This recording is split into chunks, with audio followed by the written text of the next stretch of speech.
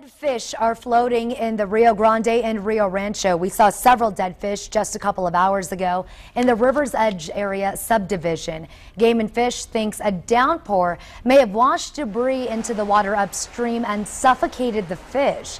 They're looking into where it may have happened. Game and Fish says ash being washed into the river from the Las Conchas fire could also be to blame.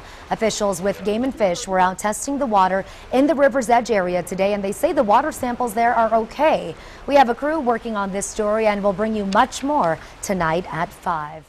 Something killed a lot of fish in the Rio Grande overnight, and state game and fish officers think it had a lot to do with heavy rain and forest fires upstream. Stuart Dyson is live near the river right now with what he's learned about this. Stu?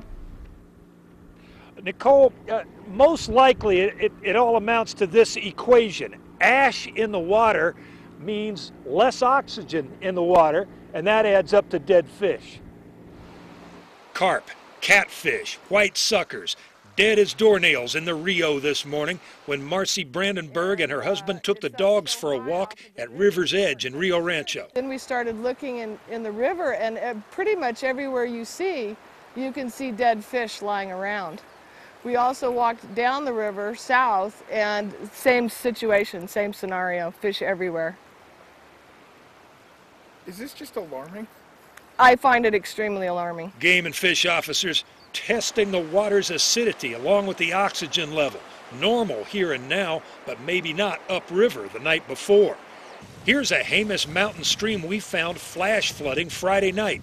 Black as asphalt, loaded with ash from the Las Conchas fire.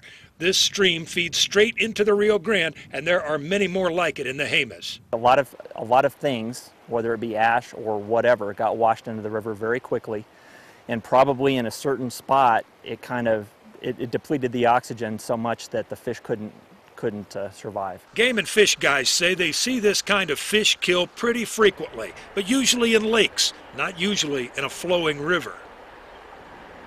And our friends there at Game and Fish say they are going to keep a real close eye on the river. And if you see a substantial fish kill, give them a call. They're pretty easy to reach. On the banks of the Rio Grande, Stuart Dyson, KOB, Eyewitness News 4.